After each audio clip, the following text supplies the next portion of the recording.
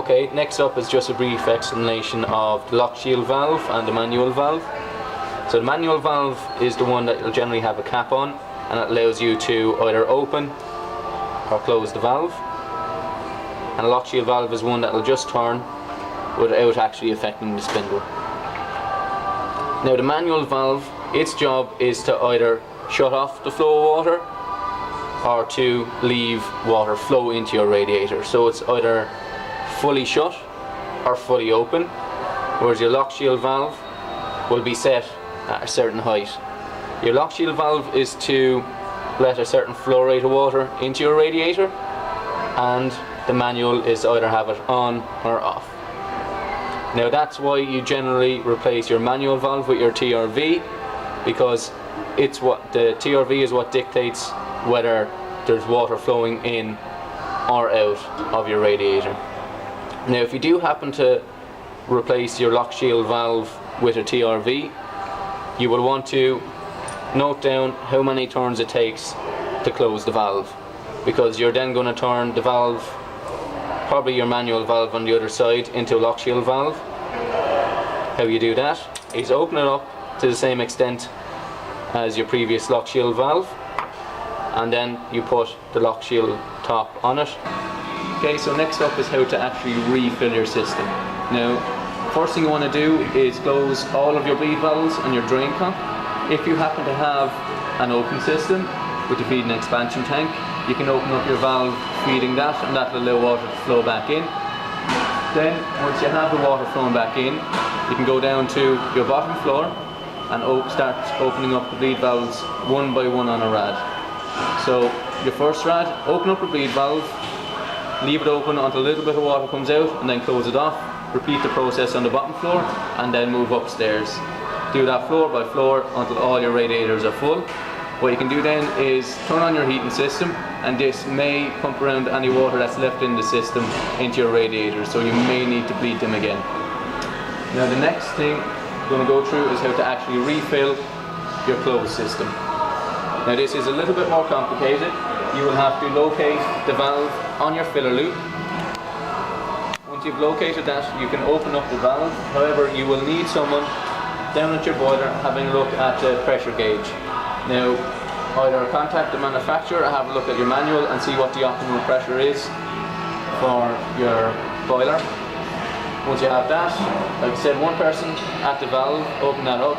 The other person then tells them when it's reached the optimal pressure. You can then close the valve and go around and bleed your radiators.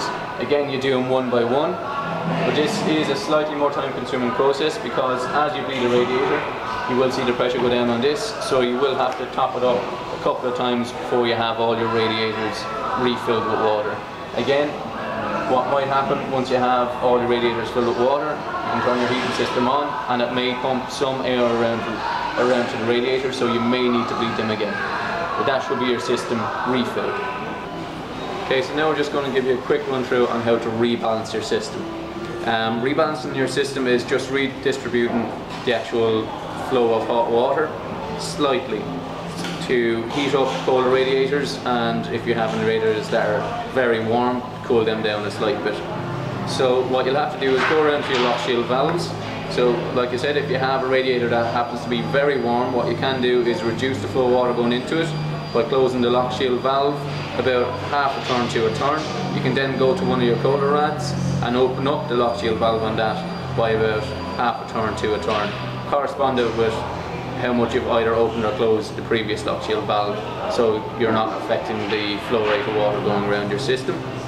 This should then heat up the colder rads and take some of the heat out of the warmer rads, and that will just balance your system overall. It can be a drawn out process, but it is well worth the time and effort put into it.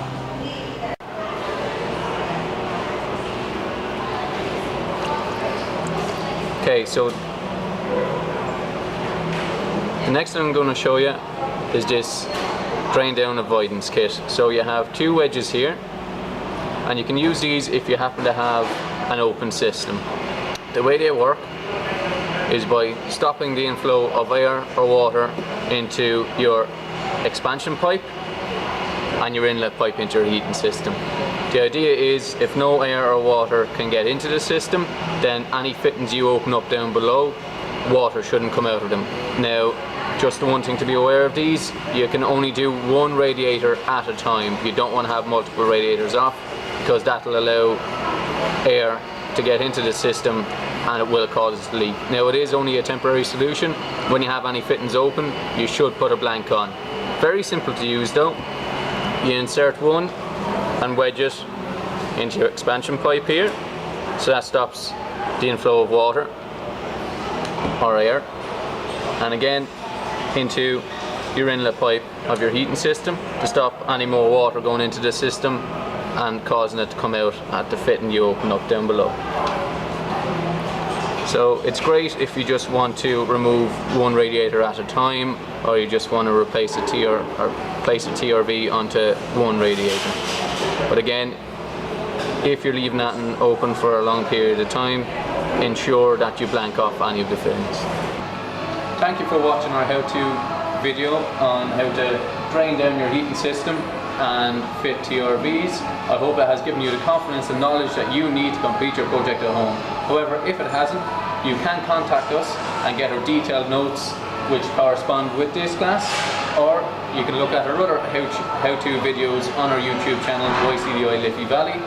Of course, you can also come in and do our classes in store in B&Q Liffey Valley.